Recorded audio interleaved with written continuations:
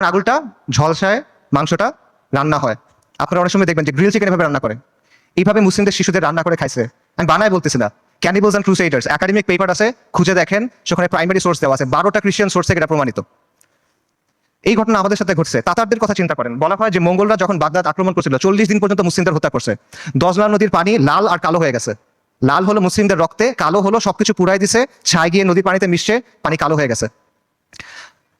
নবী সাল্লাল্লাহু আলাইহি ওয়াসাল্লামের সময়ের কথা চিন্তা করেন, খাব্বাব ইবনে আরাদ রাদিয়াল্লাহু তাআলা আনহু, তিনি রাসূলুল্লাহ সাল্লাল্লাহু আলাইহি ওয়াসাল্লামের সাথে এসে যখন কথা বলতেছেন, রাসূলুল্লাহ বলতেছেন যে তোমাদের আগে এমন উম্মাত ছিল যাদের হাড় থেকে মাংস লোহার চিরুনি দিয়ে আলাদা করা হয়েছে, তাদের মাথা থেকে দ্বিখণ্ডিত করা হয়েছে, এবং সাহাবীদের উপর তো অনেক অত্যাচার নির্যাতন হয়েছে, এটা আমরা জানি। কাজেই অত্যাচার নির্যাতন এটা এখানে মূল ইস্যুটা না।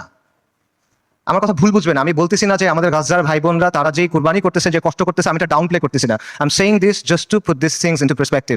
মানে বিষয়টা বোঝা যে এইটা আগে ঘটেনি এমন না, এরকম ঘটনা আগেও ঘটছে।